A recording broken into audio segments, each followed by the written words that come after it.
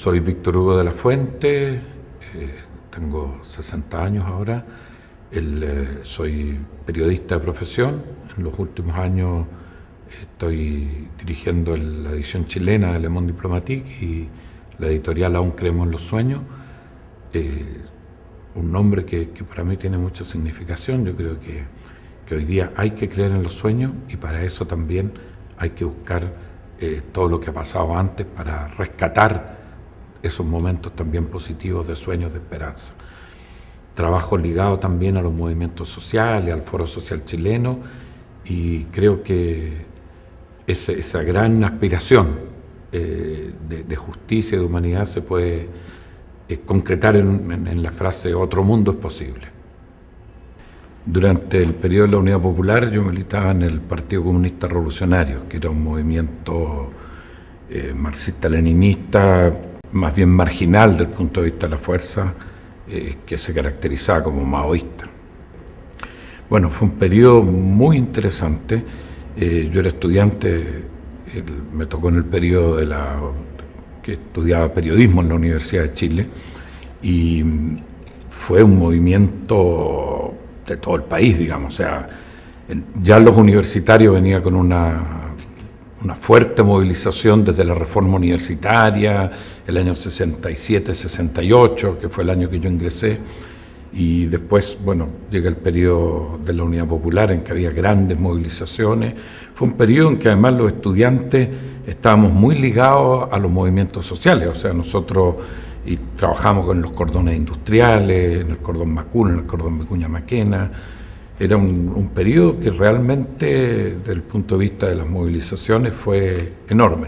Y como la militancia ocupaba una gran parte de la vida de uno, fue un periodo lleno de fuerza, de emociones, de actividades. Más cercano al golpe, ¿usted sabía que venía el golpe? ¿Cómo fue esos últimos instantes de la UP? Sí, la verdad es que yo creo que casi todo el mundo preveía un golpe. Lo que pasa es que nadie imaginó que iba a ser tan sanguinario y tan duradero. Pero desde el punto de vista de lo que sucedía, toda la gente comentaba el tema. Nosotros era una situación relativamente especial, porque nosotros éramos un grupo relativamente pequeño, en que trabajábamos la mayor parte de los militantes de manera clandestina, tenían nombres falsos, todo esto, aunque en el gobierno de la Unidad Popular no había represión, pero de alguna manera nosotros teníamos que prepararse para el golpe de Estado. Pero igual muchos éramos activistas abiertos. Yo en la universidad era un militante abierto de estas fuerzas más de izquierda. Por lo tanto, igual nos golpeaba y nos golpeó el golpe de Estado, claro. Ese día, por casualidad, claro, el día anterior yo viajé con un grupo del partido a Valparaíso, a una reunión del Comité Regional de Valparaíso, y fuimos 3 desde Santiago, y el día lunes en la noche la reunión se alargó y nos quedamos a dormir en Valparaíso, en la casa de un compañero. Entonces, tipo 5:30, no me acuerdo exacto, pero muy temprano en la mañana nos despertaron diciendo: hoy hay movimiento de tropas, parece que hay un golpe de Estado. Y claro, el golpe estaba comenzando en Valparaíso, nosotros estábamos en un cerro. Y al rato vimos que era así, que el golpe estaba declarado, que en Valparaíso estaba cercado por los navales, que habían tomado muchos lugares.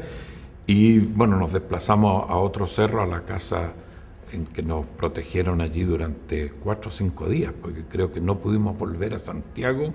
Además volvimos separados hasta el sábado. Fuera martes 11, miércoles 12, jueves 13, viernes 14. Claro, hasta el 15 de septiembre, sábado 15, pudimos volver a Santiago, en que abrieron los caminos. Pero claro, me pilló en el epicentro, pero fuera de los lugares en que teóricamente yo debería haber estado. Yo debería haber estado en el pedagógico, en la escuela de periodismo, con los demás. ¿Y cómo se entera del bombardeo de las monedas y de la muerte de Allende? ¿Qué siente ese día por eso? Bueno, ahí estábamos en una casa, escondido. Incluso tuvimos que poner una bandera chilena, como pedían, para que no ser detectados, y estábamos allí escuchando radio. y alcanzamos a escuchar un pedazo del discurso de Allende, uno de los discursos escuchamos, y después empezamos a ver noticias fragmentadas, porque tampoco fue tan claro la muerte de Allende al tiro. Sí, por lo que yo recuerdo, eran como noticias confusas. Se bombardeó La Moneda y seguíamos ahí, tratábamos de escuchar radios de afuera. Nos quedamos esa noche, prácticamente toda la noche, en vela escuchando radio, y claro, era una situación realmente angustiante, porque cualquiera, como decíamos, podía prever un golpe de Estado.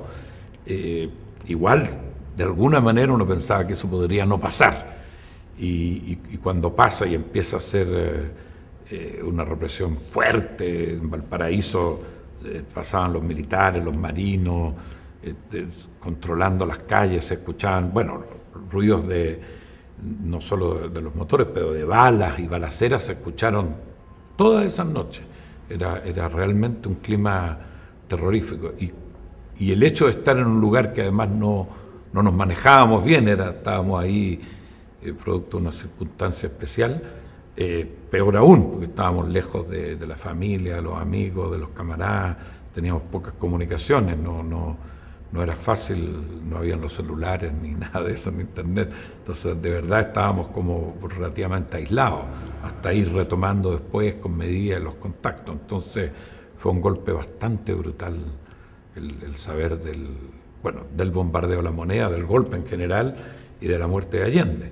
Se escuchó, queríamos creer en los rumores, se escuchó que venía Prat marchando y uno decía, pucha, ojalá sea cierto, pero bueno, todo se demostró que no.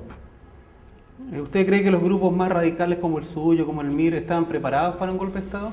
No.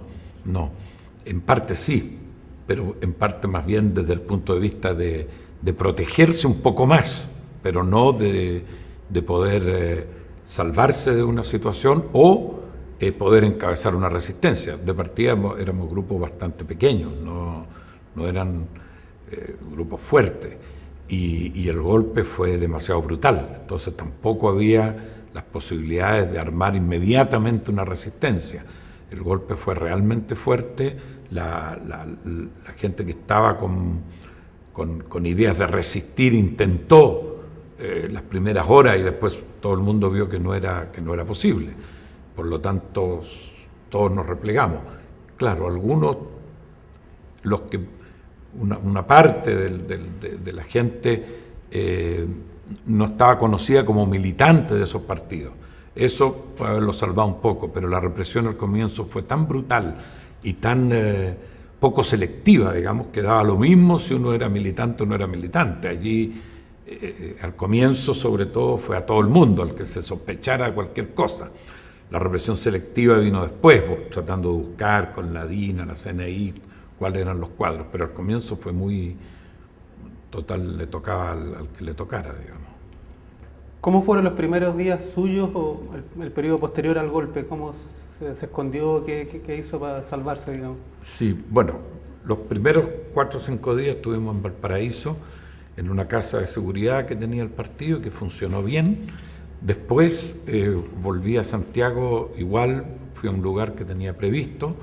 Después se nos empezó a complicar, como siempre, porque, claro, uno sospechaba que esa casa podría ser conocida, entonces empezamos a ir a distintos lugares, familiares, una abuela lejana, que no estábamos tan directamente relacionados, y así fue, hasta que, en el caso mío, el PCR decidió que yo me asilara, porque era conocido como dirigente estudiantil, y que me asilara.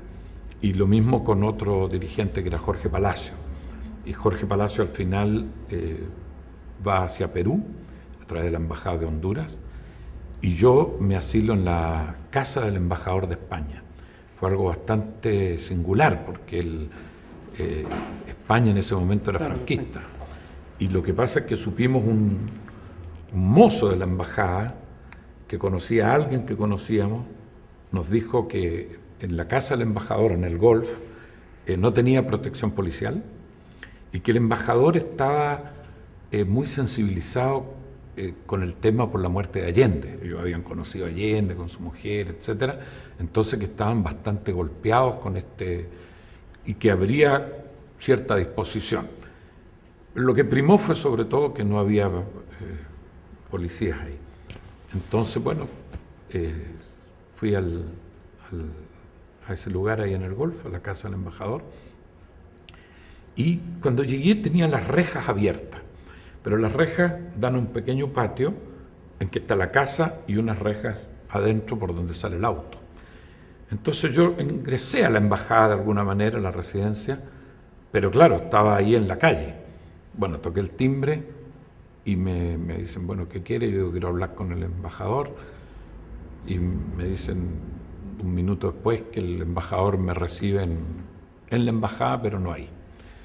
Y yo digo, no, yo no me voy a mover, me quedo acá. Y pasó como una hora en que me tenían ahí. Yo estaba como tranquilo, porque no había problemas, no aparecía nada, policía. Y bueno, miraba la reja, y si viene la policía, yo salto la reja. Y a la hora me salen de nuevo por la ventanilla, me dicen que van a llamar a la policía, si yo no me voy. Yo le digo que no me voy, que yo quiero hablar con el embajador. Y pasa por lo menos 3/4 de hora más, hasta que aparece un señor por la reja. Y era el embajador. Me dice, soy el embajador. Me dice, ¿qué quiere usted? Yo le digo, bueno, quiero asilarme. Entonces el embajador me dice, ¿pero usted es guerrillero? Le digo, no, soy estudiante. ¿Está armado? Le digo, no, para nada. Le digo, y mire, mis padres en estos momentos están en España, entonces, bueno, aquí han ido a la casa, porque entre medio habían ido a la casa donde vivíamos, que era la casa de mis padres, y la habían allanado 3 veces, se habían llevado todos los documentos, etcétera. Y yo le digo, mire, pasa esto. Y ahí el embajador abre la puerta y me dice, bueno, páseme eso. Y allí toda mi tranquilidad se acabó, porque yo era como que estaba reteniendo, ¿no? Y al entrar me temblaban las piernas, estaba así como angustiado. El embajador me siente, se me dio agua, me caían las lágrimas. O sea, como que el periodo entero desde el golpe hasta allí, que aparentemente estaba tranquilo, ahí como que uno se quiebra, claro. ¡Paf! Y fue muy, muy emocionante ese momento. ¿Qué papel tuvo la Iglesia en esa época en ayudar a salvar gente y también la época posterior? Bueno, por todo lo que hemos sabido, un papel enorme, enorme.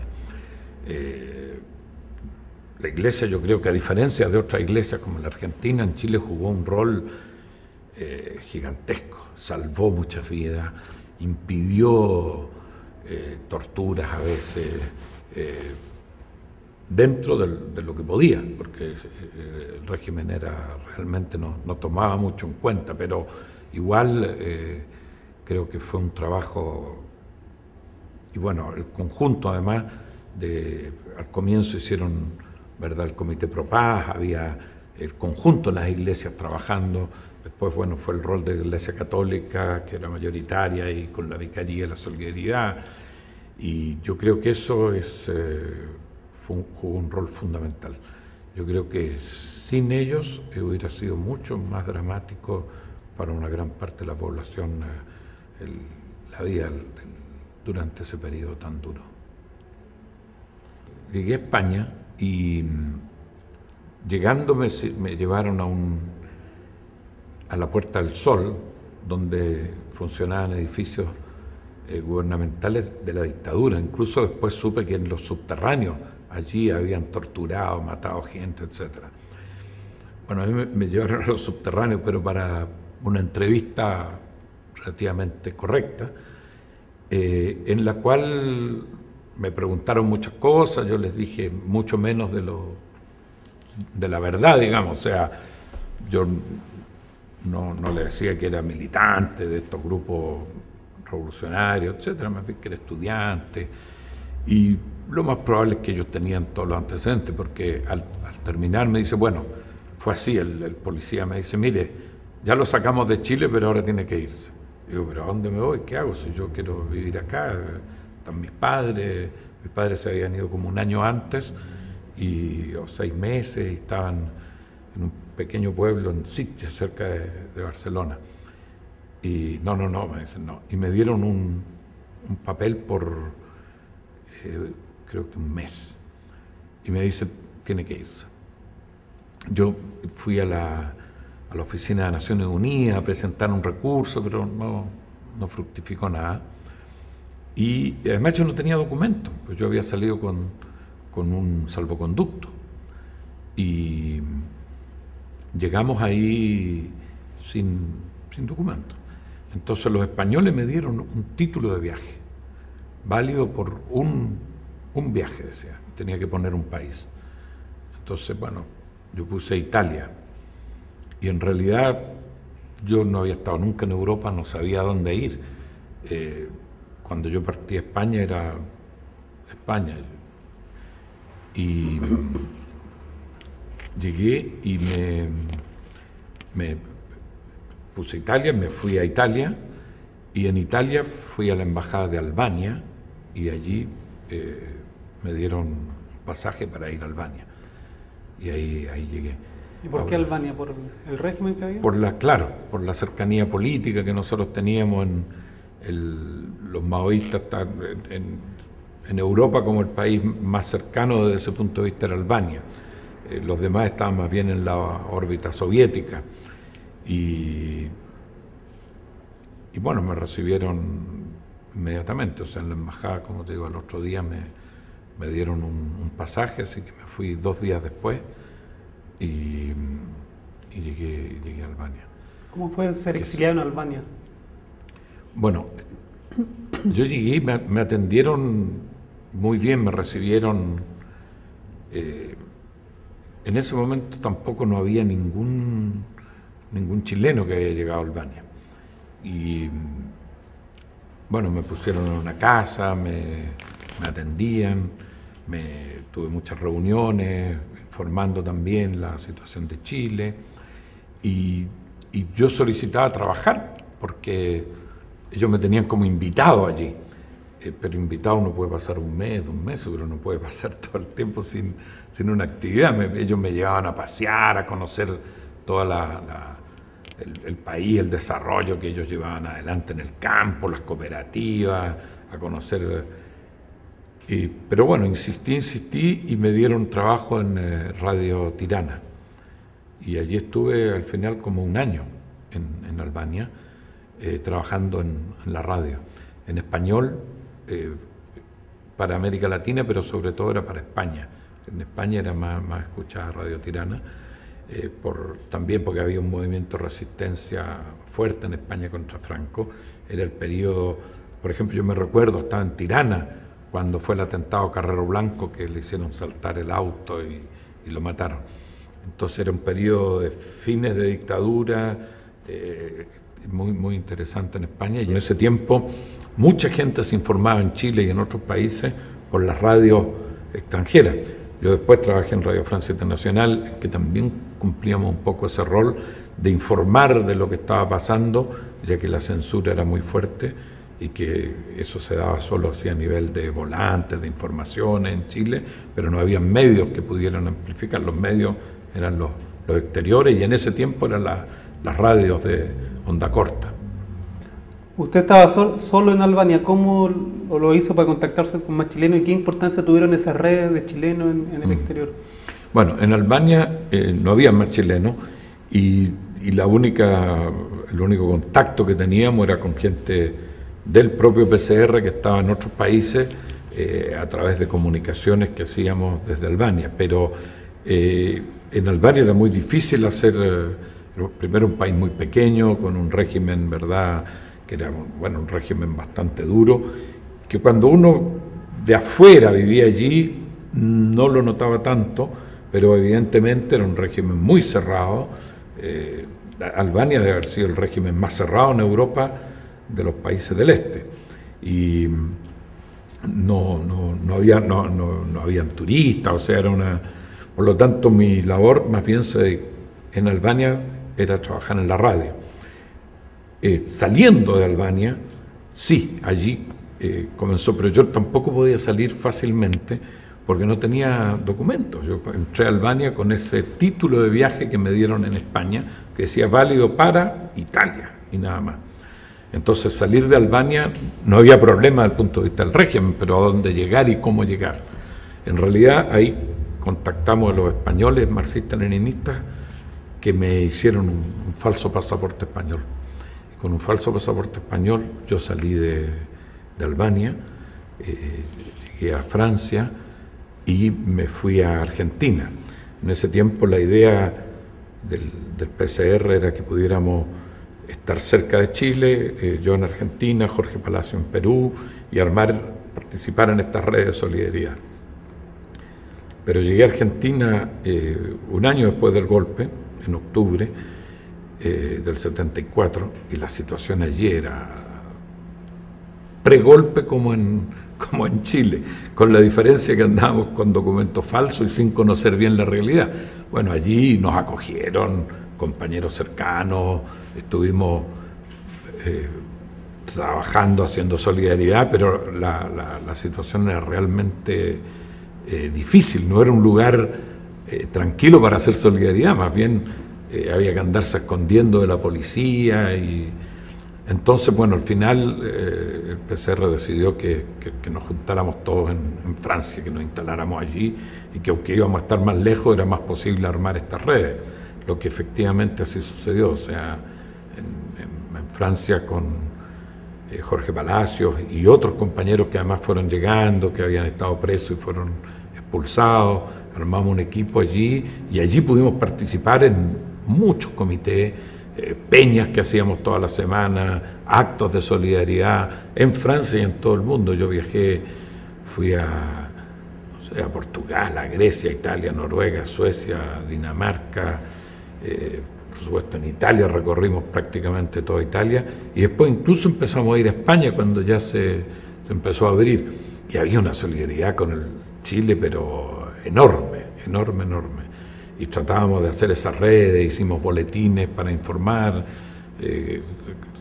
creamos ahí en París una agencia, ANCHA, agencia noticiosa chilena antifascista, y sacábamos un boletín en varios idiomas, en francés, en español, en inglés. Tratábamos de hacer el máximo de actividad solidaria y se fueron creando estos comités que tuvieron una repercusión gigantesca. O sea, realmente en Europa, el caso de Chile, en algún momento casi nos daba vergüenza porque los chilenos éramos como sobrevalorados y la actividad con Chile era como valorada enormemente por los franceses, los europeos en general, a diferencia de otros pueblos como los paraguayos, que llevaban una dictadura mucho mayor y que no tenían suficiente gente y que los medios de comunicación no hablaban suficientemente de ellos y casi nos sentíamos demasiado privilegiados, entre comillas, por el apoyo. Por eso se empezaron a crear muchas veces comités latinoamericanos, comités centroamericanos también después, cuando ya la lucha en El Salvador, Nicaragua. Y yo creo que ahí los chilenos nos integramos mucho más y también tomamos mucho más en cuenta el ser latinoamericano. ¿Qué importancia tuvieron estas redes de solidaridad para combatir la dictadura? Pues yo creo que bastante, porque si bien lo externo no es lo fundamental es lo que pasaba en Chile y la resistencia que podría haber aquí y que había aquí, pero esa resistencia sin el apoyo de afuera también era muy difícil. El apoyo, ¿cómo decir?, de condena al régimen era total, eso estaba hecho, igual nosotros lo hacíamos, pero eso era así nomás. O sea, en Francia, no sé, 95% de los franceses consideraban que Pinochet era un dictador detestable y estaban dispuestos a apoyar. Por lo tanto, allí era como regar sobre un terreno mojado, pero el juntar dinero o enviar gente a apoyar directamente las actividades que se hacían acá, eso yo creo que jugó un rol importante. O sea, aquí los que estaban luchando en Chile tenían ya un montón de dificultades, era muy difícil para ellos además conseguir dinero, conseguir ayuda. Por lo tanto, esa ayuda de afuera yo creo que fue importante para muchos sectores que pudieran mantener la resistencia. Eso se hizo de manera general y de manera específica de cada sector, porque claro, tampoco había una resistencia unificada, etcétera. Eran grupos, cada grupo ayudaba al grupo de él, pero también habían actividades en que se apoyaban, actividades más abiertas, digamos, las ollas comunes. ¿Qué figura le gustaría destacar que haya sido importante en el exilio, como nucleando todo esto, esta ayuda antipinochetista? Bueno, hubo muchas. Yo recuerdo desde lejos, por ejemplo, los comités en los países nórdicos. En Italia había un fuerte núcleo donde convergían muchas fuerzas de la Unidad Popular y otras que no eran de la Unidad Popular y que formaron grandes comités. El Chile América, yo creo que fue uno de los grandes. Estaba, por ejemplo, figuras como Fernando Murillo, que eran figuras que eran más que de un partido, digamos, porque de partido había muchísimas figuras, cada partido tenía sus figuras, representantes que estaban en todas partes. Pero yo creo que allí lo valorable también era el poder hacer una actividad más conjunta, que no era tan evidente, porque cada uno defendía su sector, y por lo tanto cuando se lograban hacer comités mucho más amplios, creo que daban un peso distinto también. ¿Qué cree que es lo peor del exilio? Es complicado porque, ¿cómo decir? Uno estaba en un país, por ejemplo, yo en Francia, el comienzo fue duro, después fue menos duro, después logré entrar a Radio Francia Internacional, tener un trabajo correcto, incluso me sentía muy privilegiado porque trabajar en Radio Francia Internacional, en que tenía un sueldo correcto, tenía mucha libertad para opinar. O sea, yo consideraba casi una cosa casi insólita que yo pudiera hacer lo que quería hacer y que me pagaran para eso, porque Radio Francia Internacional comenzó a emitir el año 82, cuando asume Mitterrand en el 81, al poco tiempo crean la sección de América Latina que no existía, hay una sección para España. Y Regis Debray, que era asesor de Mitterrand, fue el que planteó esto, incluso él tuvo una reunión con el primer equipo y nos dijo, bueno, nosotros queremos que esta radio contribuya a la libertad, a la democracia en América Latina. O sea, claramente tenía un objetivo de apoyo a los movimientos y contra las dictaduras. El lenguaje era un lenguaje no partidario y no dogmático, nos cuidábamos mucho, o sea, en la manera de decir las cosas, a diferencia, por ejemplo, de las radios de Radio Moscú, por ejemplo, o Radio Berlín, así, en que a cada rato el dictador, etc.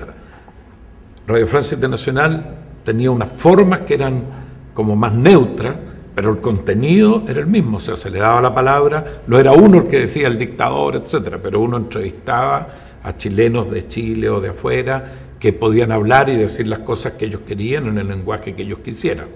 Y yo creo que eso también daba una cierta fuerza a Radio Francia Internacional, en que era vista como menos partidaria, digamos, aunque era una voz más dentro de todas las voces que hablaban en el mundo por la recuperación de la democracia. Yo creo que eso fue interesante. Además, el exilio, claro, lo duro era que uno sabía que no podía volver y el objetivo de uno era volver. O sea, yo siempre desde que salí lo único que quería era volver.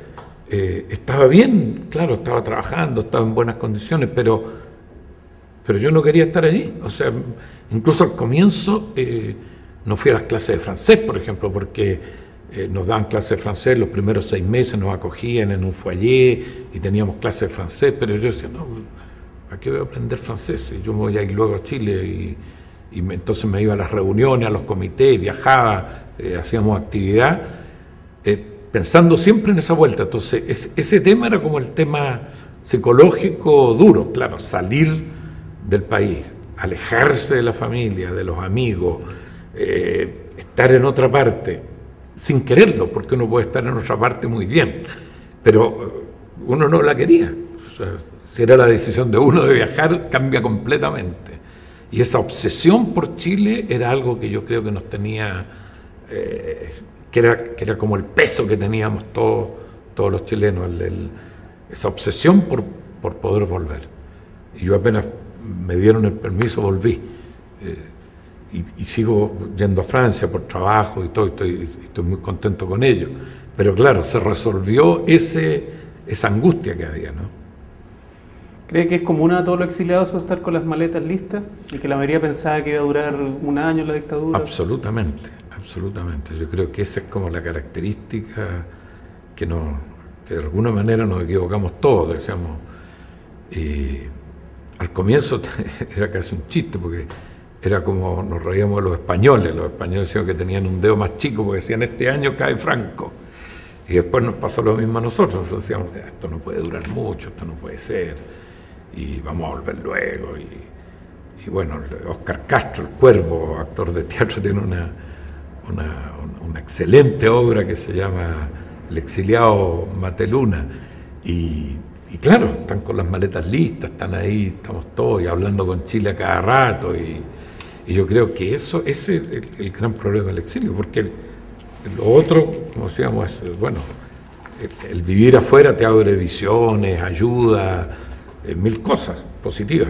El problema es cuando eso se hace desterrado, cuando eso te impide tu vuelta al país. ¿Cómo fue su retorno y cómo vivió la época del plebiscito?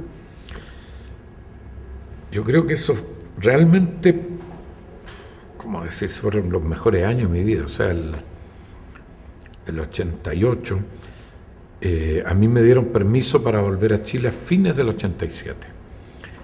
Salían esas listas que daban de los autorizados de a poco. Mi hijo nace el 2 de noviembre del 87. Entonces me dan el permiso, nace mi hijo, y el 3-4 de enero del 88, con 2 meses que tiene mi hijo, nos venimos a Chile. Y yo llego a trabajar en la revista Análisis. Entonces era como todo maravilloso. O sea, tenía un hijo, llegué en el año 88, trabajaba en una revista que yo apoyaba desde afuera, que escribía desde afuera, pero pude trabajar allí, y en un periodo en que se notaba que era el fin de la dictadura. O sea, algo insólito, como que existían esas revistas que eran muy duras contra la dictadura, en un periodo de dictadura todavía, que hoy día no hay. O sea, cuando uno le muestra esas revistas, la gente dice, pero ¿cómo es posible que en ese periodo existan esas revistas y hoy no existan casi revistas independientes alternativas? Entonces era un periodo maravilloso. Se discutió mucho, ¿verdad? Incluso en la propia revista Análisis, nos inscribimos en el plebiscito, no nos inscribimos, no, es una mascarada, bueno, pero aprovechemos. Pero bueno, salíamos a la calle, luchábamos por esa libertad, y se vivía un ambiente que fue maravilloso. Yo para el plebiscito, el mismo día del plebiscito, yo trabajé para Radio Cooperativa, además de los medios de análisis, etcétera. Pero ese día estuve dedicado a Radio Cooperativa desde las 6 de la mañana en que salimos, y me tocó cubrir San Miguel y San Joaquín, que en ese tiempo estaban separados. Incluso la comuna de Pedro Aguirre Cerda todavía no se había creado. Y fue una experiencia maravillosa. O sea, allí recorrimos todos los lugares, la gente se expresaba, la votación allí era alrededor del 70% de apoyo al no. Entonces, estar allí, cubrir los primeros cómputos en San Miguel, fue realmente, y esa noche de alegría, y al otro día, y uno ver que esto se acaba, que la dictadura se acaba, y que de alguna manera se abrían esas grandes alamedas, fue algo que nos llenó de pasión, esa manifestación. No sé, 1 millón de personas en el Parque O'Higgins. Lo único que uno puede decir, que lejos están esos tiempos. ¿Siente que de una otra manera se cumplieron los sueños que tenía en esa época para Chile? Sí, no, porque uno tenía sueños muchísimo mayores. O sea, nos hubieran dicho en ese tiempo que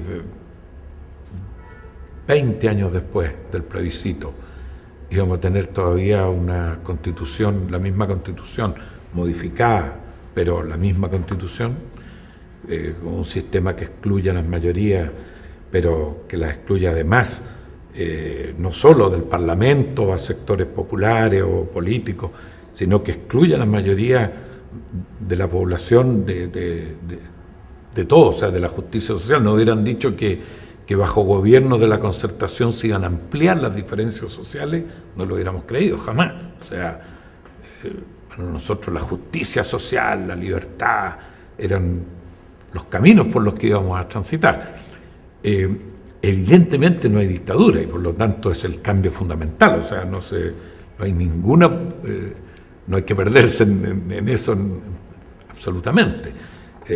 La libertad llegó, pero es una libertad que de alguna manera, por ejemplo, los medios de comunicación, nadie prohíbe sacar un periódico de izquierda, de ultraizquierda, pero no están los medios para hacerlo, no hay una política comunicacional que lo permita, el sistema neoliberal penetró, yo creo, en la cabeza de los chilenos como no penetró en ninguna parte del mundo. O sea, yo creo que en Chile, desde la dictadura, que fue el primer ejemplo con Milton Friedman y todo, y la libertad, es una libertad teórica, y esa libertad teórica la tenemos asimilada los chilenos. O sea, si alguien pregunta, ¿hay libertad de prensa en Chile?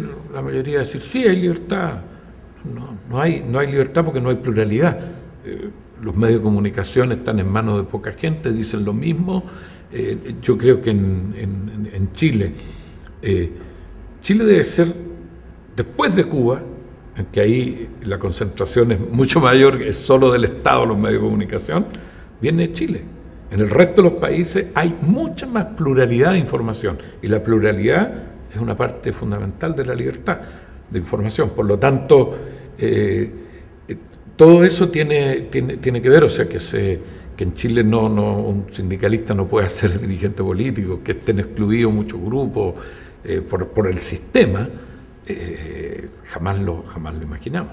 Yo creo que desde ese punto de vista hay una decepción, una deuda que uno tiene todavía diciendo, pucha, queríamos mucho más que esto. Y yo creo que desde ese punto de vista algunos se pueden haber acomodado, pero muchos otros seguimos pensando que hay que seguir luchando, que hay que seguir buscando caminos.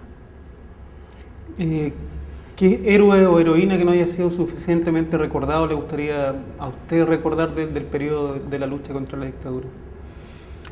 Clotario Blest, que fue un hombre magnífico, que luchó siempre, toda la vida. O sea, antes de la dictadura era un hombre unitario, creó la Central Única de Trabajadores. Yo el recuerdo que tengo, incluso cuando tenía 14, 15 años, en las manifestaciones de trabajadores en la Plaza Artesano, al lado de La Vega, y Clotario Blest allí. Después lo vi en el tiempo de la Unidad Popular, con su overol, y después supe de él durante los primeros años de la dictadura, hasta que murió. El tipo seguía allí luchando, seguía toda su vida, fue dedicada, y además a los trabajadores, y no desde un punto de vista partidario, político. Él no militaba en un partido, era un hombre de la lucha por su clase, digamos. Y yo creo que él es valorado hoy día, pero no lo suficiente. O sea, nadie va a estar contra él, pero no se ha levantado su figura por todo lo que representa y todo lo que representó yo. Bueno, yo creo que sin memoria, como se ha dicho tanto, sin memoria no se puede crear futuro.